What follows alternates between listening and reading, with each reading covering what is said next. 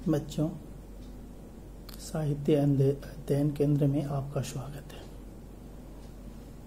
आज हम इस वीडियो में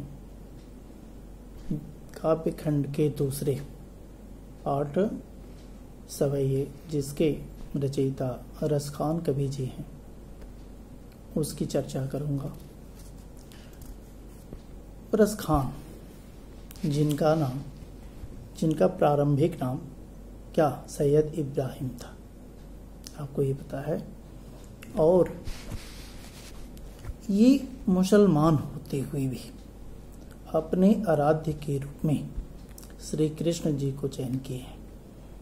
और इस काव्य खंड के पहले और दूसरे सवैये में इन्होंने श्री कृष्ण और ब्रजभूमि की विशेषताओं का वर्णन किया है कि ब्रजभूमि और श्री कृष्ण, उनकी विशेषता क्या है, उनके ऊपर कैसे किसको निछावर किया जा सकता है।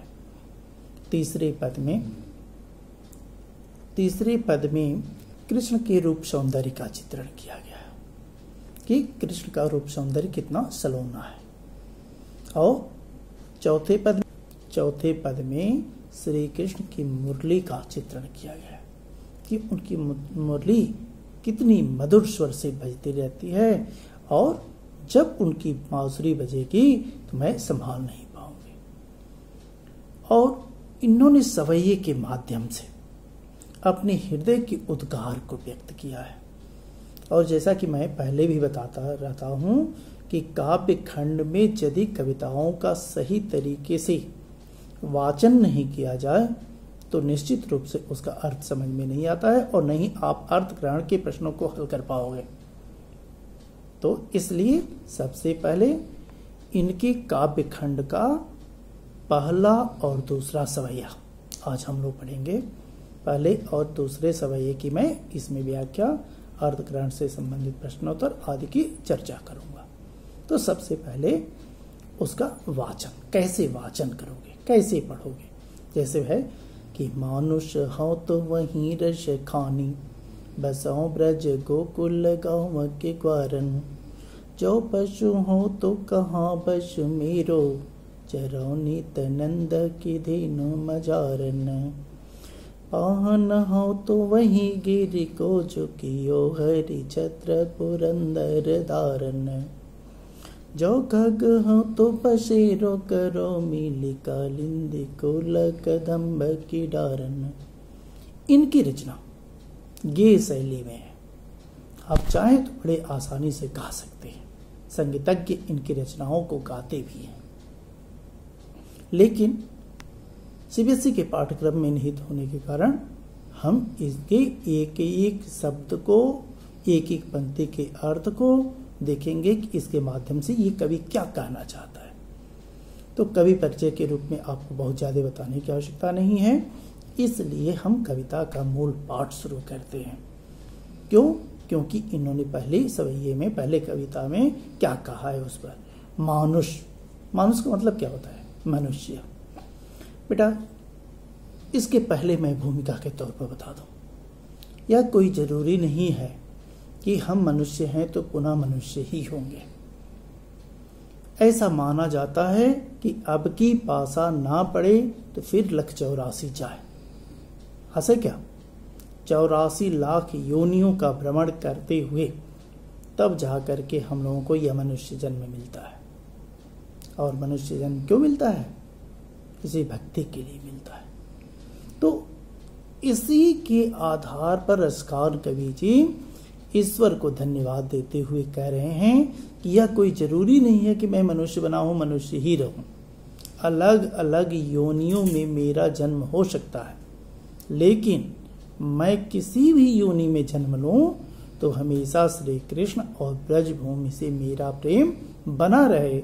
मेरी हार्दिक यही इच्छा है, यही तमन्ना है, यही मेरी आकांक्षा है, यही मेरी अभिलाषा है। क्या कहा इन्होंने कि मानुष हो तो, हे प्रभु, यदि मैं अपने कर्म के बस, यदि मैं मनुष्य बनता हूं, मेरे कर्म अच्छे हैं, मैंने सत्कर्म यदि किए हैं और यदि मनुष्य योनि में मैं जन्म लेता हूं तो क्या करूं? मानुष हो तो, मनुष्य बनूं तो वहीं रस खान। रस खान के दो अर्थ निकलता है बेटा।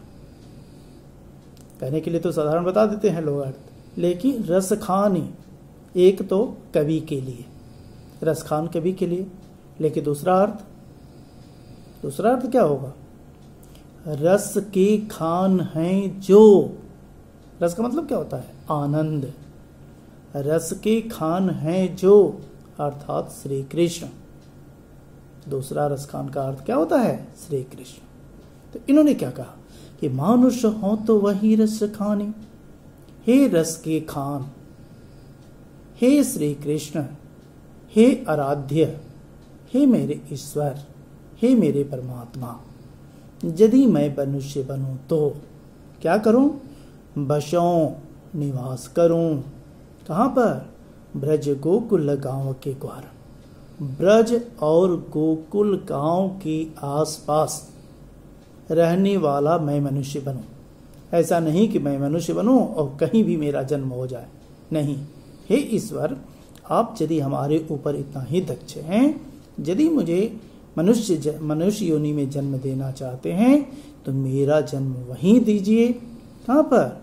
बसों, ब्रज गोकुल गांव के द्वारा। ब्रज और गोकुल गांव के आसपास उनके बगल में रहने वाला ही मैं क्या? मनुष्य बनूं। यह है कवि की आकांक्षा। ऐसी आकांक्षा क्यों है? ऐसी आकांक्षा इसलिए है कि मैं वहां पर मनुष्य बन करके रहूंगा तो श्री कृष्ण जब भी वहां पर आएंगे मैं उनके दर्शन से अभिभूत होऊंगा, उनके दर्शन का लाभ उठाता रहूंगा। तो इन्होंने कहा कि यदि मेरी आकांक्षा यह है कि मैं मनुष्य बनूं तो गोकुल और ब्रज गांव के आसपास रहने वाला मैं मनुष्य बनूं। यह कोई आवश्यक नहीं है कि मेरे कर्म इतने अच्छे हों कि मैं मनुष्य ही बनूं। मैं दुर्भाग्यवश यदि पशु बन जाता हूं, पशु योनि में मेरा जन्म होता है, पशु मैं बनूं तो जो पशु हो तो, जो का मतलब होता है यदि, पहले शाब्दिक अर्थ, यो माने यदि पशु हो, यदि मैं दुर्भाग्य से पशु बनता हूं, ठीक है, मुझे वह भी स्वीकार्य है, लेकिन जो पशु हो तो कहां पशु मेरो? हे ईश्वर, यदि मैं पशु बनूं तो कहां पशु, कहां मैं बसूं, कहां निवास करूं, कहां मैं रहूं? क्या? चरों, चरता रहूं। कहां पर? नित प्रतिदिन नंद बाबा नंद, धेनु गायों, मझारन बीच में। यदि मैं भाग्यवश पशु बनूं तो मैं नंद बाबा के गायों के बीच में रहने वाला कोई पशु बनूं। मुझे उसमें भी किसी प्रकार की कोई शिकवा शिकायत नहीं है। मेरे कर्म उस प्रकार के हैं जिसके कारण मुझे पशु बनना पड़ रहा है। लेकिन हे ईश्वर, मैं आपसे इतना ही अनुनय कर रहा हूँ, विनय कर रहा हूँ, प्रार्थना कर रहा हूँ कि हे ईश्वर, मुझे पशु बना दीजिए। लेकिन मुझे पशु कहाँ बनाइए? नंद बाबा के गायों के बीच रहने वाला। उनकी गायों के साथ में मैं भी रहूंगा तो श्री कृष्ण मुझको चराने के लिए ले जाएंगे और उनका दर्शन मुझको मिलता रहेगा। कवि की आकांक्षा क्या है? मुख्य आकांक्षा यह है कि मैं हमेशा श्री कृष्ण के सानिध्य में रहूं, उनके दर्शन को प्राप्त करता रहूं। इसलिए इन्होंने ऐसा कहा। इन्होंने कहा कि मेरे कर्म वैसे नहीं है कि जय मैं मनुष्य बनूं अथवा पशु बनूं। यदि दुर्भाग्यवश मैं पत्थर बन गया तो, पत्थर आपको पता होगा, गौतम ऋषि की पत्नी अहिल्या भी श्राप बस क्या पत्थर बन गई थी। तो इन्होंने कहा कि मैं यदि दुर्भाग्यवश पाहन हो, पत्थर बन जाऊं। पाहन माने पत्थर, प्रस्तर शुद्ध रूप होता है, पाषाण कहते हैं। पाहन हो तो वही गिर को, हे प्रभु, यदि मैं पत्थर बनूं तो उसी पर्वत का मैं पत्थर बनूं। किस पर्वत का? कौन सा पर्वत? पर्वत कहां से आ गया? इन्होंने उस पर्वत के रूप में इस पर्वत के ऊपर संकेत किया है। किस पर्वत के ऊपर? जिसको भगवान श्री कृष्ण इंद्र के कोप से रक्षा करने के लिए अपनी उंगली पर उठाए थे। इन्होंने परोक्ष रूप से, सांकेतिक रूप से उसी पर्वत की बात किया है। किस पर्वत? गोवर्धन पर्वत। क्या कहा? पावन हो तो, यदि मैं पत्थर बनूं तो वही गिरि को, उसी गिरि मैंने पर्वत होता है, उसी पर्वत का पत्थर बनूं। किस पर्वत का? जो किए हुए थे हरि भगवान श्री कृष्ण छत्र छतरी की भांति। क्या चीज? पुरंदर इंद्र। पुरंदर का मतलब क्या होता है? इंद्र होता है। पुरंदर धारण, इंद्र के कोप से रक्षा करने के लिए, ग्वाल बालों को बचाने के लिए जो भगवान श्री कृष्ण जिस पर्वत के पत्थर को धारण किए थे, जिस पर्वत को धारण किए थे, उसी पर्वत का मैं पत्थर बनूं। उस पर्वत का यदि मैं पत्थर भी बन जाता हूं तो वह भी मुझे स्वीकार्य है। मुझे आपसे किसी प्रकार की कोई शिकायत नहीं है। क्यों? क्योंकि मैं उस पर्वत का भी पत्थर बनूंगा तो श्री कृष्ण के सानिध्य को प्राप्त करता रहूंगा, उससे मैं अलग बिल्कुल नहीं होऊंगा। अगली लाइन में, चौथी लाइन में इन्होंने क्या कहा कि जो खग हो तो बसेरो करो। कोई जरूरी नहीं है कि मैं मनुष्य बनूं, पशु बनूं, पत्थर बनूं। दुर्भाग्यवश यदि मैं पक्षी बन गया तो, पक्षियों के कुल में मेरा जन्म हुआ तो तब मैं क्या करूं? तो जो खग हो तो, यदि मैं पक्षी, खग का मतलब पक्षी, खग जाने खग ही की भाषा, पहले भी कहा गया है कि खग जाने खग ही की भाषा, पक्षी पक्षियों की ही भाषा समझ सकता है। तो इन्होंने जब खग हो तो बसेरो करो, यदि मैं पक्षी बन जाऊं तो बसेरो, बसेरा मेरा हो, निवास स्थान हो, रहने का स्थान हो। कहाँ पर? बसेरो करूं, बसेरा करूं, बसेरा बनाऊं, रहने का स्थान बनाऊं, अपने घोंसले का निर्माण करूं। कहाँ पर? मिल करके। कालिंदी, यमुना का दूसरा नाम। कालिंदी का मतलब क्या? यमुना। और कुल का मतलब क्या होता है? कुल का मतलब किनारा होता है। कालिंदी कुल, यमुना नदी के किनारे। क्या चीज? कदम्ब की डारण, कदम्ब की डारण, कदम की डालों पर। पक्षी कहाँ रहते हैं? डालियों पर रहते हैं, पेड़ों पर रहते हैं, वहीं पर अपना घोंसला बनाते हैं। तो इन्होंने कहा कि यदि मैं पक्षी बनूं तो मेरा निवास स्थान कहाँ हो, मैं कहाँ पर रहूं, कहाँ निवास करूं? मिल कालिंदी कुल कदम्ब की डारण। मैं यमुना नदी के किनारे, कदम्ब पेड़ का नाम है, कदम्ब की डारण, कदम्ब की डारण, कदम्ब के पेड़ों की शाखाओं पर, डालियों पर रहने वाला पक्षी बना करूं, बनूं, ताकि जब भी श्री कृष्ण रास लीला के लिए, रास क्रीड़ा के लिए यमुना नदी पधारें, वहां जाकर के गोपी ग्वाल बालों के साथ में क्रीड़ा करें, तो मैं उनके सानिध्य को प्राप्त करता रहूं, उनके सानिध्य से मैं अवगत हूं। इसलिए कवि की आकांक्षा है कि चाहे मुझे मनुष्य का जन्म मिले, चाहे मुझे पशु का जन्म मिले, चाहे मुझे पत्थर बनना पड़े, चाहे मुझे पक्षी बनना पड़े, मैं हर एक कुल में जन्म लूं तो हर समय मैं श्री कृष्ण के सानिध्य में ही रहूं, उनके दर्शन से कभी मैं दूर ना रहूं। यह है इनके पहले पद की व्याख्या। दूसरे पद में इन्होंने कहा कि या लकुटी अरुक कामरिया पर। श्री कृष्ण गायों को चराने के लिए जब जाते थे तो क्या चीज? लाठी और कंबल लेकर के जाया करते थे। चरवाहों की ये बहुत बड़ी विशेषता होती है। चरवाहे लाठी कंबल अपना लेकर के जाते हैं। लाठी गायों की रखवाली करने के लिए, लौटाने के लिए, और कंबल जहाँ कहीं स्थान मिलता है वहीं उसको बिछा करके आराम करने लगते हैं। तो इन्होंने कहा कि एक तरफ श्री कृष्ण के गायों को चराने के लिए उपयुक्त जो सामग्री है और दूसरी तरफ दुनिया का वैभव है, तो मैं इनकी गायों को चराने के लिए जो प्रयुक्त सामग्री है उस पर क्या क्या निछावर कर सकता हूँ, उसको देखिए।